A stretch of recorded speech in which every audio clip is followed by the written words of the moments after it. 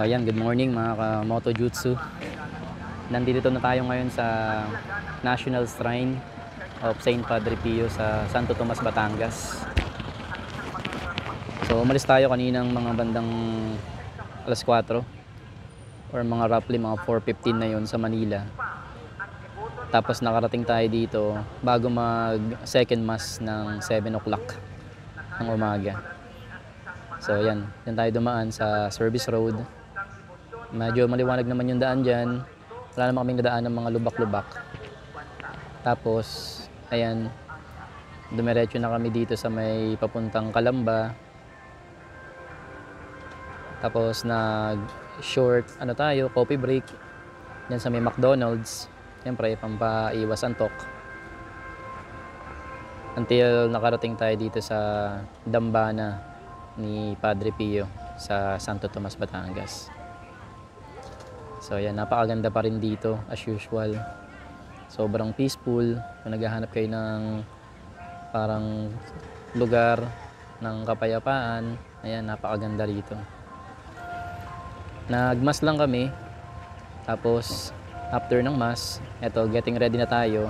Dito natin umpisahan yung ating motovlogging mula sa Santo Tomas, Batangas. Pupuntahan natin, yan yung nasa caption, yung other side ng Taal, which is yung sa Balete at saka yung sa Wawa Baywalk. After nyan, akit tayo sa Ligaya Drive papuntang Tagaytay. Kakain tayo dun sa The Tapsi Shop. So yan, sana samahan nyo kami mga ka-Moto Jutsu. At sa mga nanonood ngayon, konting lambing lang, sana pa-like, share, and subscribe sa ating channel para sa mga future na vlog natin, ma-inform ka rin kayo at may pasyal ko kayo sa ganda ng Pilipinas. Alright, tara, let's go! So ayan, alis na tayo dito sa parkingan sa may Padre Pio. So ito, dadaanan natin yung papunta sa Balete is tong Malbar, sa may Malbar, Batangas. So yan, going to Barangay Look, Balete. Alright, napakaganda talaga dito sa Padre Pio, guys. Sobrang napaka peaceful. Naghahanap kayo ng parang katahimikan ng isip, alam niyo yun. Okay,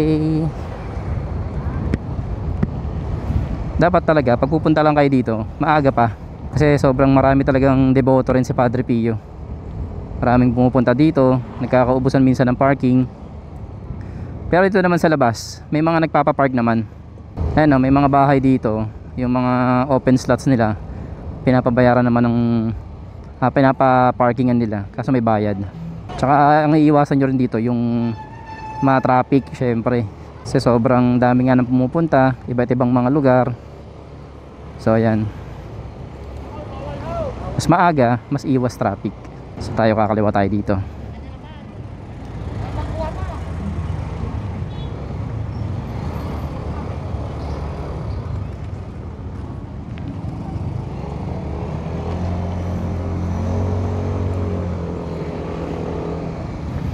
Alright, ito yung daan na nakita ko kasi nung nag-aaral ako ng map.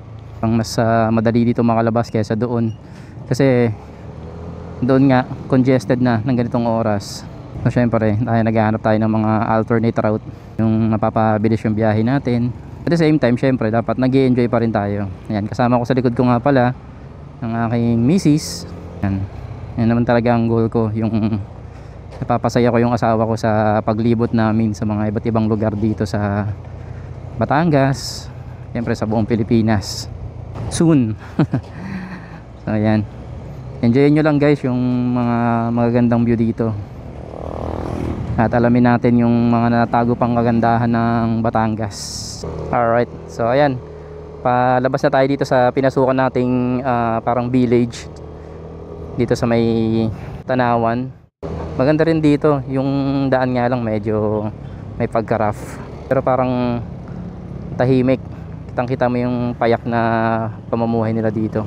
So ayan, paglabas mo doon mula sa Padre Pio, eto, National Highway ulit, dediretsuhin lang natin to papasok doon sa Malbar. Kaliwa tayo dito. So ayan, time check nga natin ngayon, around 9:04 na ng umaga. So tamang tama bago magtanghali, nandun na tayo sa Baywalk ng Balete. Habang papalapit nga sa lugar na yon, may kita nyo rin yung mga gandang mga view dun sa lugar ng Malbar papasok ng Balete. Actually hindi na to bago, marami ng mga rider, mga biker ang mga nakakapunta dun sa Baywalk na yon. Siyempre isa tayo sa mga nakakita, kaya gusto ko rin mapuntahan. So ayan mga kajutsu, kanan na tayo dito sa may Malbar. Kasi ang kita nyo naman, napakaganda ng daanan dito at maluwag. Connector din to dyan sa SLEX. Yan, alright. Ayun ang kita mo dito yung mga natatago pang kagandahan ng Batangas eh. Normally pag Batangas, ang pinupuntahan natin yung sa Lemery, yung sa Taal, yung sa San Nicolas. Ganda rin doon San Nicolas. Favorite spot din namin ni Mrs. yan. Pero dito sa Balete, first time namin makakapunta dito. Siyempre pag first time mo sa isang lugar, nakaka-amaze. Kung kita sa camera, ayun kitang kita mo dito yung kabundukan dun sa may Tagaytay. Mamaya nandiyan naman tayo eh. Akatin natin yan. Wow, ganda. Kaya di mo talaga ma-imagine na kapag nagloko yung Taal, yung mga nakatira dito, paano kaya yung pamumuhay nila. Medyo malayo naman sa Taal to kumpara doon sa mga lugar sa Talisay, sa parte ng Lemery. Itong Balete medyo may kalayuan naman na, kaya yung mga nabiktima nung unang pagputok ng nakaraang Enero, dito talaga tumakbo sa Malbar, sa Tanawan. Dito sila pansamantalang nanirahan. Ayun may mga tumutubong mga pine tree. O ibig sabihin malamig din ang klima dito talaga.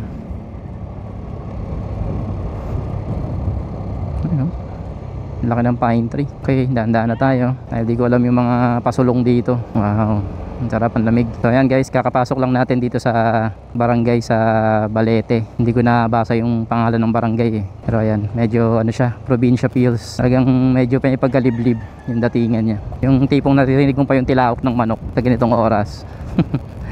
Kasi nga sobrang tahimik ang peaceful eh. Sa di kalayuan, ayan, kitang-kita mo yung lake dito. So I will assume na malapit na rin tayo. Malapit lang pala siya from Santo Tomas, Batangas, doon kay Saint Padre Pio. Ayan, takbong banayad lang tayo. Yung gas ko hindi pa nababawasan yung bar, mula Pasay pa yan. Baliktad kasi itong motor ko.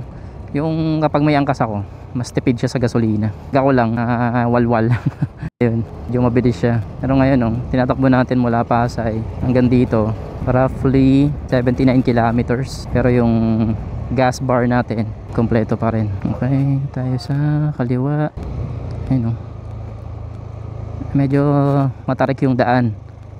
Ayan, tapos may mga blind spot, kaya dapat dahan-dahan lang. Ang ganda ng mga bahay dito. Uy, Matarik siya nini. Bring back memory. Nakakamiss yung Cordillera. Yun ang sarap pag solo nyo lang yung daan. Siyempre pagtaas ng pababa, paahon. Yeah, basic kay Nicolas. Alright, blind spot. Alright, patarik ulit. Yeah, ang ganda kahit pasulong yung daan, parang nakakawala ng kaba dahil ang ganda ng view na nakikita.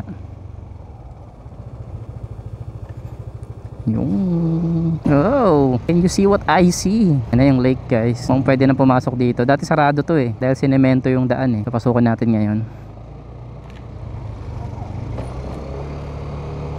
Wow, ayun yung Taal Nakita dito yung Taal. Tayo sa lilim. Wow, ang ganda Parang ang sarap tumalon sa lake. Ayan Ayan guys yung pinaka Ayan yung Taal, yung ma-brown na yun. Ganda. Pero hindi pa to yung Balete Baywalk. So doon pa yung banda sa unahan. Ito pa lang yung panimula. Let's go. Larga tayo. Ayan natin yung ganda dito. So malamang sa malamang fishing ang kinabubuhay dito.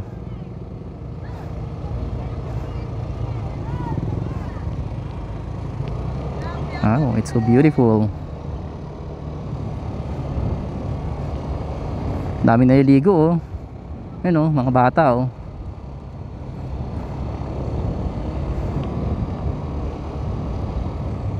Parang sarap magtampisaw. Ang ganda, no? Alright, kanan tayo dito. Parang sarap tumira dito, ang tahimik. Mangangamba ka lang talaga pag yung nag-aalburuto yung Taal. Tsaka hindi ko alam kung nagbabaha din dito. Chillax ride lang tayo, hindi naman tayo nagmamadali. Ang goal ko lang, maipasyal yung aking asawa bago matapos ang taon. Siyempre, creating good memory. Barangay Look. Ito na yung Barangay Look. Ito yung nakikita natin sa yung BBB, Balete Batangas Bridge. Yan, metal bridge siya. BBB. Ganda.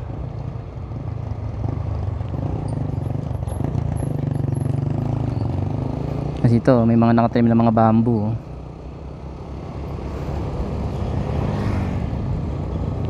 Kaya siguro hindi mainit eh.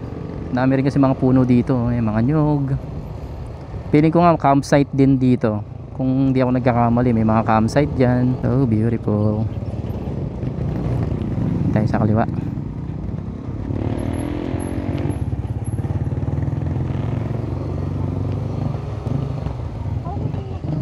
Pag kaliwa natin dito, ito na yon, yung sa may Balete. Papasok lang tayo sa may pagka off-road. Ito dito na. Uy, sementado na yung daan doon. Papasok lang off-road. Yeah. Uy, sementado na dito, yun. O yan guys, hindi na kayo mga problema sa putikan. Dahil papasok lang yung off-road dito, ayan o. Lapit na matapos. Ganda o.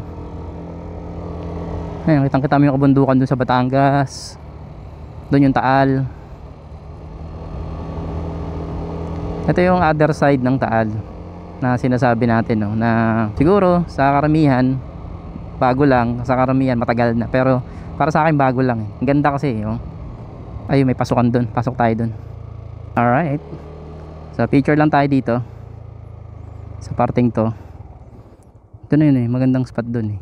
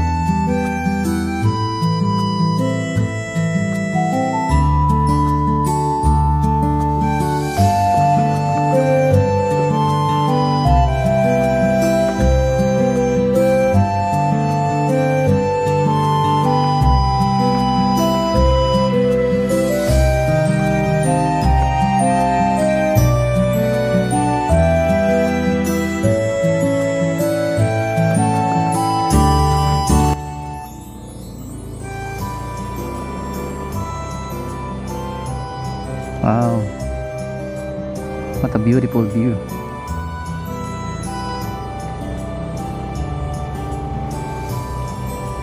Ganda.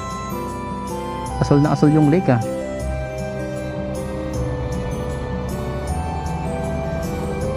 Tapos dito naman, ayan o, parang kabundukan. Not just sure kung anong bundok yan. Tayo sa tabi.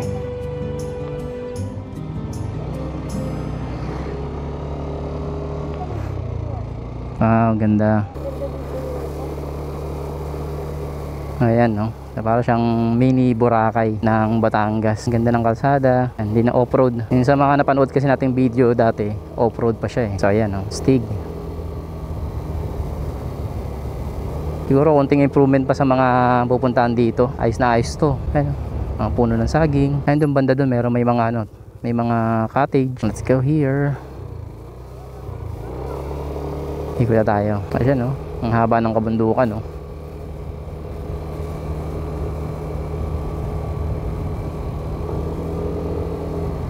Oh. Parang ganda nun, nung daan na yun no, Neo. Ayun no. Kita mo? Ang taas. Ang tarik oh. Hindi eh. Ganda ng kalsada na yun ah. Siguro kung may daan na idudugtong to papuntang Tagaytay doon, kasi hindi pa putol pa siya eh. Mas maraming turista makakadaan dito. Siguro ayun yung plano. Di pa lang siguro nagagawa. Budget syempre. So ayan, so tuloy tayo. Dito tayo dadaan sa dinaanan natin kanina, pero doon lang sa may bandang off-road. Tapos akit na tayo sa papuntang Wawa naman, Wawa Baywalk. Doon na tayo.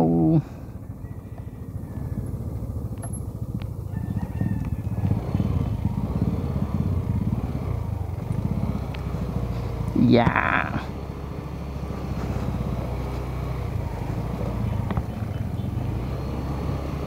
Tayo sa kaliwa. Yeah.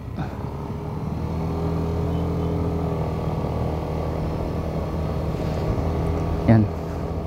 Pasok na naman tayo sa mga liblib na lugar dito.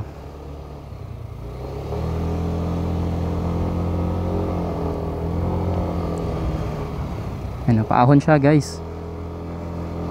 Uy, ahon to, matindi.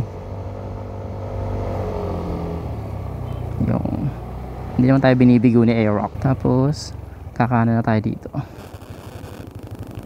Purok sa is. Uy, napaka ano ah. Napakaliblib ng lugar. Napakaliblib ng lugar. Yan, parang isang sasakyan lang magkakasya dito. Kaya kung magkukotse kayo at may kasalubong kayo, kailangan magbigayan. Uy, napakatarik. Oo, this brings back memory talaga. Handaan lang tayo. Gamit tayo engine brake. Ayun. Kaya sinasabi ko pag may kasalubong ka.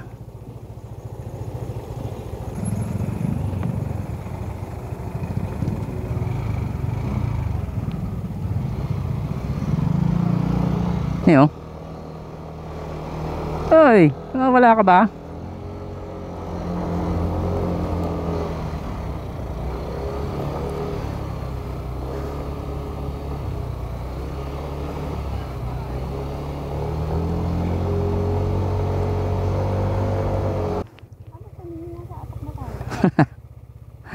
Atok style.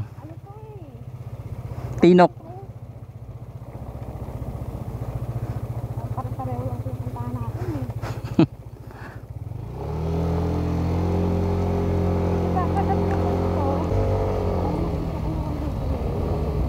Zoomer.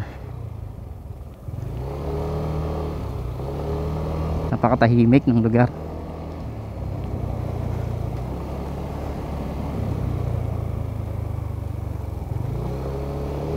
Hindi ko alam kung parte pa rin to ng Balete o ibang parte na to ng Batangas. Parang anytime may mahuhulog na ahas. Parang hindi ka pwedeng gabihin dito sa daan na to. Napakasukal oh.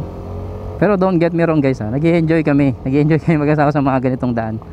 Talagang di mo lang talaga maiiwasan syempre makaramdam ng kaba kasi first time mong dadaan eh. Di mo alam yung mga pwedeng mangyari. Tapos syempre yung mga ibibigay sa'yo ng daan, di naman nakakaano kasi may mga kabahayan naman at medyo layo-layo sila. Parang ikaw na lang yung mahihiyang mag-ingay dito sa sobrang tahimik, di ba? Napakastig ng daan. Ito yung mga hindi pa napupunta ng iba nating kapatid na rider eh. Kasi halos lahat na napupunta natin mga common lang eh. Like sa Lemery, sa Tagaytay. Bisitahin nyo rin itong mga liblib na lugar dito sa Balete. Promise hindi kayo magsisisi. Di ba? May dumadaan pa pala na jeep dito. Oh yun. Ito nga lang guys. May mga daan na medyo sira. Kaya naman.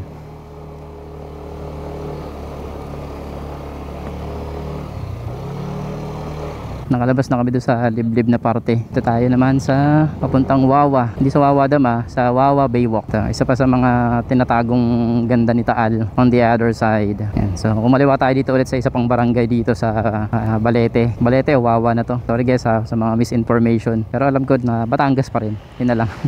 Naalala ko talaga yung ride namin dun sa New Highest Point. Grabe yung naging kaba ko dun pababa. Kaya akala ko nawalan kami ng preno. Yung pala sa sobrang babad nung preno uminit. So parang nawala siya. So naging diskarte namin nung sa may Besang Pass naman. At pala pinapahinga siya. Diba? Grabing sulong yun. Yun napaka ano ng daan dito. Parang enchanted na enchanted. Malakas loob ko kasi bagong palit yung brake pads, bago din yung aking yung disc. Kaya yan, open to all challenges ng paahon. So ito na yung isa pa sa mga baywalk nila, yung Wawa. Part din siya ng lakeshore ng Taal. Yan o. Kaya dito medyo madumi. Siguro dahil yung flow ng lake pa ganun, dito napupunta yung mga debris. Ayun o. Ayun, Tagaytay o. Tayo akit mamaya.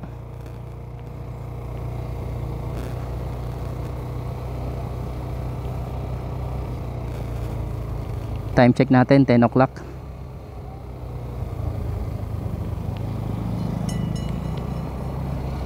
Yan siya oh.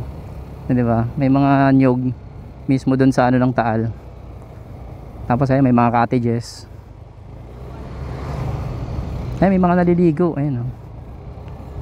Ay, may mga kainan din dito. Sarap kumain dito oh. Oo nga eh.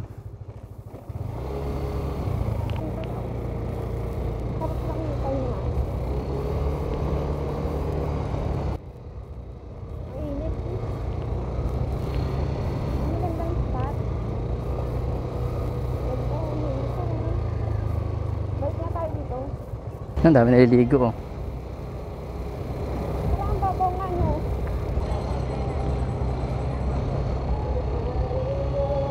So ayan guys, diretso na tayo sa Ligaya Drive. Nakita tayo ng Tagaytay. Medyo mainit na dito sa parte ng Batangas. Papalamig naman tayo. Sana guys, nagustuhan nyo yung video natin dito sa Balete at dito sa Wawa. Sobrang simple lang ng view, pero napakaganda naman talaga ng mababaon yung memories. Yan, sa parting to puputulin natin yung vlog na natin. Tutuloy natin yan sa pag-akit sa Balete. Balete puro lang tayong Balete. Akit tayo ng Ligaya Drive dito sa may puntang Tagaytay. Ayan, sana samahan nyo pa rin kami guys. Pupunta naman natin itong The Topsy Shop. Titikman natin yung kanilang best seller na puking silog. Marami silang mga branches na The Topsy Shop, pero ito yung sa Mendez, bago lang siya, bago pa lang. So let's see kung mauubos namin yung puking silog ng The Topsy Shop. Ito guys, idudugtong ko lang pala. Ito pa yung isa sa mga parte ng pwede nyo madaanan dito. May pagkaliblib bago kayo tuluyan lumabas doon sa may Tanawan Talisay Road. Ito muna, nadaanan nyo muna tong lugar na ito. Iisipin mo na walang daan eh, you know? Stig no? Ang kita mo rin dito na malapitan yung kabundukan ng Tagaytay eh. Oo.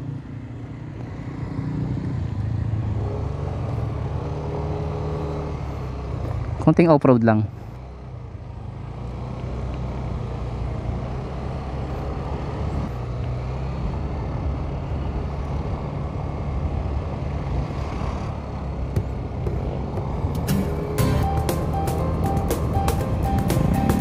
Ito naman nata yung Banyadero Baywalk.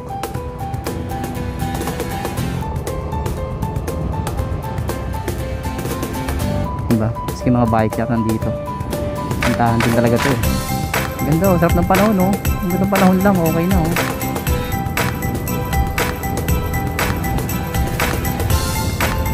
Yan ang nakakatin natin. Tayo mo kami dyan Tagaytay at kami gutom na rin. Alright, napakalit lang ng daan palabas. Yung skinny lang to. Ang liit ng daan papasok doon, pero napakalaki ng picture na makikita nyo. Napakalaki ng mababaon nyo pa uwi. Parang residential road pa nga ata ito, barangay road. So respect lang tayo sa mga taga rito, tayo maingay. Alright, so thank you again sa pagstay at panonood sa ating vlog for today. Abangan nyo yung aking video dito naman sa Ligaya Drive, o yung tinatawag nilang sungay, paakyat ng Tagaytay City. Tapos titikman din natin itong cooking silog ng The Topsy Shop.